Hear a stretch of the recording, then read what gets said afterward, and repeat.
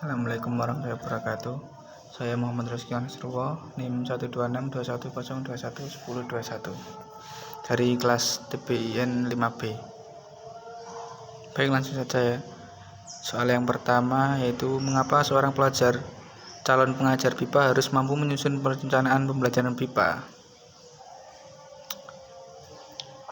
Menurut saya, seorang calon pengajar BIPA perlu mampu menyusun perencanaan pembelajaran BIPA dengan baik karena ini akan menjadi landasan bagi pengajar yang efektif dan terstruktur dalam membantu peserta didik dalam mempelajari bahasa Indonesia sebagai bahasa kedua atau bahasa asing.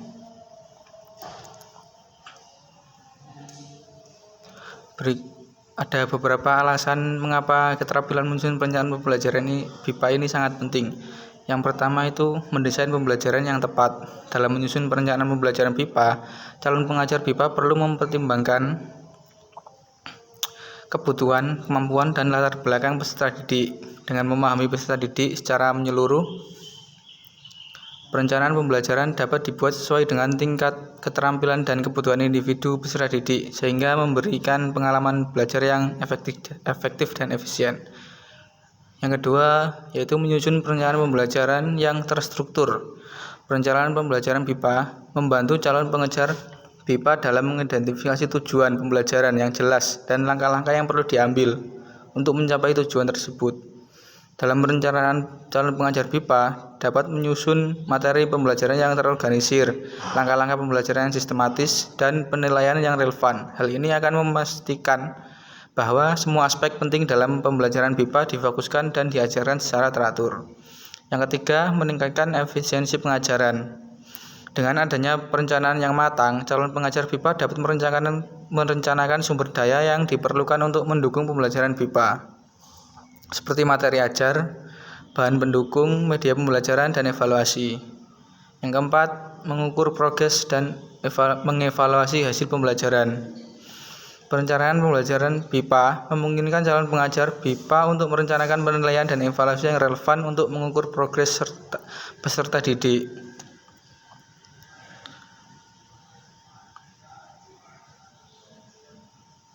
Pertanyaan kedua, bagaimana pengertian perencanaan pembelajaran BIPA?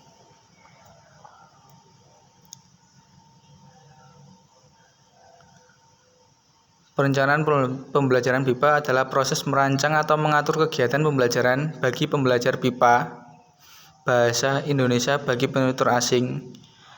Tujuan perencanaan ini adalah untuk mencapai tujuan pembelajaran yang efektif dan efisien, serta mengakomodasi kebutuhan dan karakteristik pembelajar BIPA. Sebuah perencanaan pembelajaran BIPA yang baik akan memperhatikan kebutuhan, tujuan, kemampuan pembelajar. Hal ini akan membantu menciptakan pengalaman pembelajaran yang efektif dan menarik bagi pembelajar BIPA.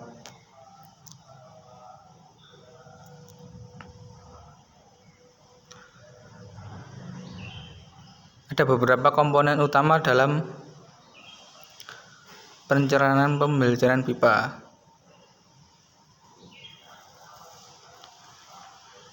yaitu identifikasi tujuan pembelajaran. Perencanaan dimulai dengan mengidentifikasi tujuan pembelajaran yang jelas dan spesifik. Kedua, penentuan isi pembelajaran.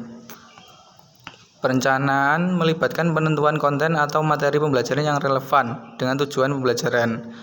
Tiga, pengaturan kegiatan pembelajaran.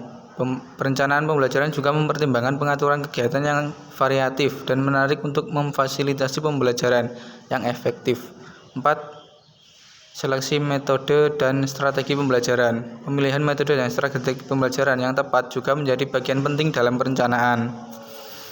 Yang kelima, evaluasi pembelajaran.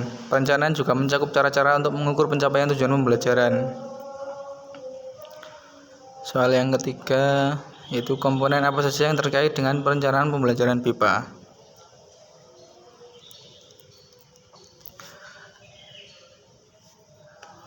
Dalam perencanaan pembelajaran bahasa Indonesia bagi penutur asing, terdapat beberapa komponen yang perlu dipertimbangkan.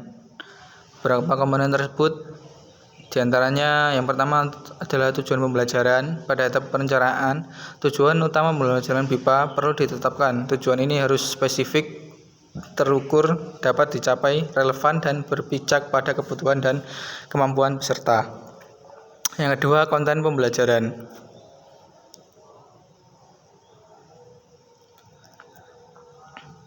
Komponen ini melibatkan materi dan topik apa yang akan diajarkan dalam pembelajaran BIPA.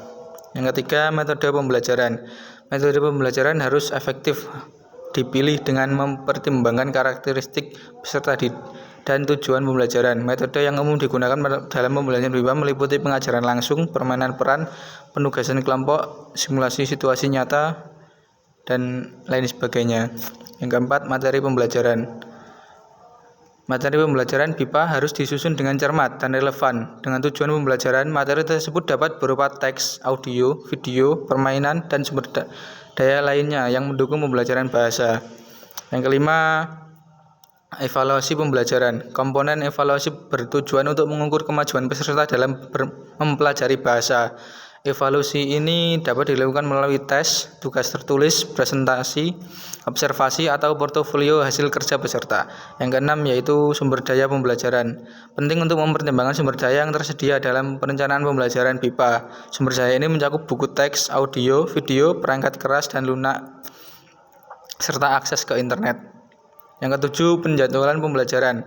Penentuan jadwal pembelajaran yang efisien dan sesuai dengan kebutuhan peserta adalah hal yang penting dalam perencanaan pembelajaran BIPA.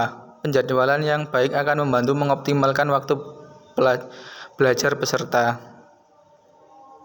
Sekian dari saya. Wassalamualaikum warahmatullahi wabarakatuh.